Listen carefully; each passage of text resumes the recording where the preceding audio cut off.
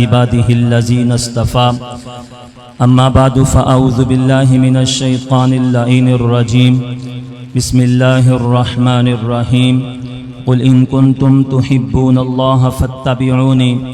يحببكم الله ويغفر لكم ذنوبكم وقال النبي صلى الله عليه وسلم من صلى علي مرة فتح الله له بابا من العافية صدق الله العظيم وصدق رسوله النبي الكريم ونحن على ذلك لمن الشاهدين والشاكرين والحمد لله رب العالمين۔ میرے محبوب تجھ سے بڑا کون ہے، تیرے جیسا کوئی دوسرا کون ہے، ساری دنیا کو معلوم ہے برملا، سب صداؤں سے خوشکن صدا کون ہے، عاصیوں کے لیے مجرموں کے لیے جو ہو سایہ فگن وہ ردا کون ہے، جس سے تسکین پائیں فلاکت زدہ دیدور ہی کہیں وہ ندا کون ہے، جس کے در پہ ملے خود سروں کو اما وہ سراپا وفا دعا کون ہے، منتظر ہیں سبھی انبیاء و رسول مسجد قدس میں مقتدا کون ہے، کس کی تکریم میں ساری خلقت بنی ساری مخلوق کا دل ربا کون ہے، جس نے روشن کیے ہیں زمین و زمان سب کو معلوم ہے وہ ضیاء کون ہے، جی رہا ہوں شفاعت کی امید پر جانتا ہوں شفیع الورا کون ہے۔ میرے واجب الاحترام، ہماری آج کی یہ خوبصورت تقریب محفل حمد و نعت اور تعزیتی سیمینار ہمارے مسلک کی ایک عظیم شخصیت شاعر ابن شاعر سید سلمان گیلانی رحمت اللہ علیہ،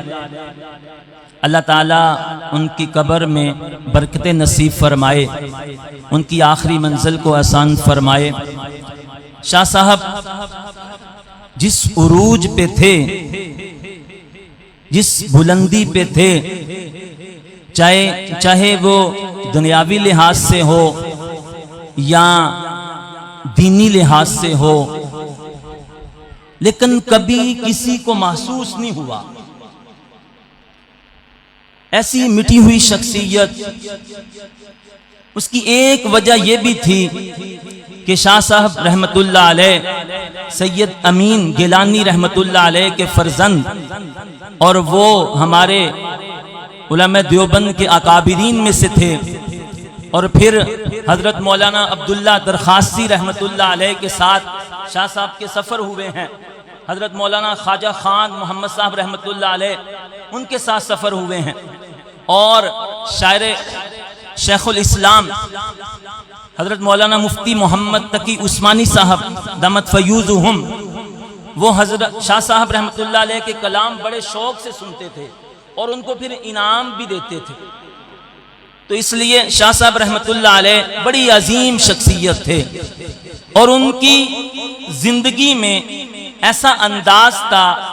کہ جب بھی انہیں ملا جائے تو ان کے چہرے پہ تبسم ہوتا تھا۔ تو اس لیے آج ہم ان کی یاد میں بیٹھے ہیں، اگرچہ ان کی جدائی کا غم بہت بڑا ہے، لیکن ان کا جو انداز تھا کہ ان کے چہرہ حشاش بشاش ہوتا تھا، تو میری یہ آپ سے گزارش ہے ذرا چہرے پہ ہلکی سی تبسم لائیے اور شاہ صاحب کی سنت کو زندہ کیجیے۔ اس لیے محبت سے ذرا کہیں سبحان اللہ، محبت سے ذرا کہیں سبحان اللہ۔ میرا کیونکہ وقت کی نزاکت کو سامنے رکھنا چاہیے، کیونکہ شاہ صاحب رحمت اللہ علیہ کثرت سے درود شریف پڑھا کرتے تھے، میں کلام اکثر درود شریف کے حوالے سے پڑھتا ہوں، بزم حسان کے دوستوں نے تو بہت سنا ہے، لیکن آج میں چاہتا ہوں آپ کو بھی سنا دوں۔ بڑا خوبصورت سا کلام ہے۔ صحرا صحرا دریا دریا کوچا کوچا کریا کریا حسن کا عالم صلی اللہ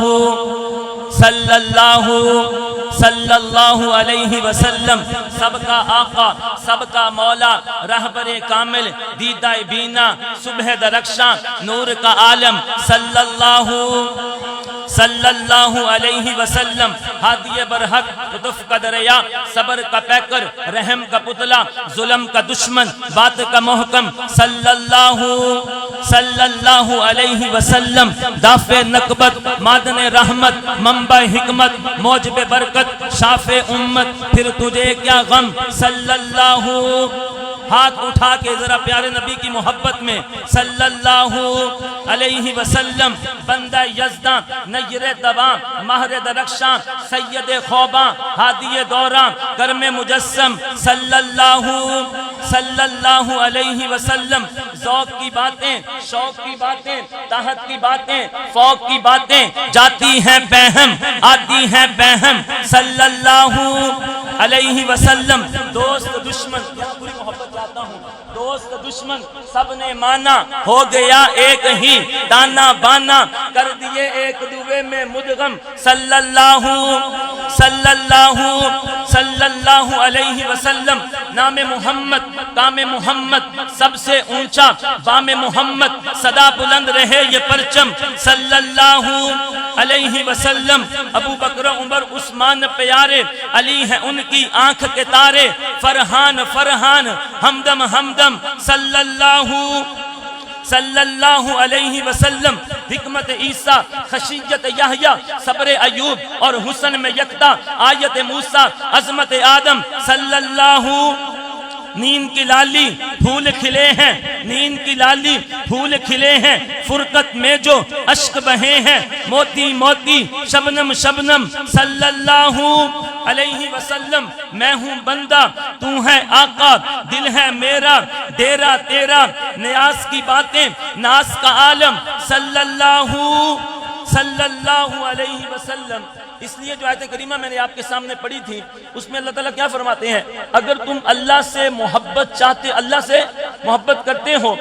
تو پیارے نبی صلی اللہ علیہ وسلم کی پیروی کرو، اور اگر تم پیارے نبی کی پیروی کرو گے تو ان کنتم تحبون اللہ، اللہ بھی تم سے محبت کرے گا اور تمہارے گناہوں کی بخشش فرما دے گا۔ اس لیے ہم سب کو پیارے نبی صلی اللہ علیہ وسلم کا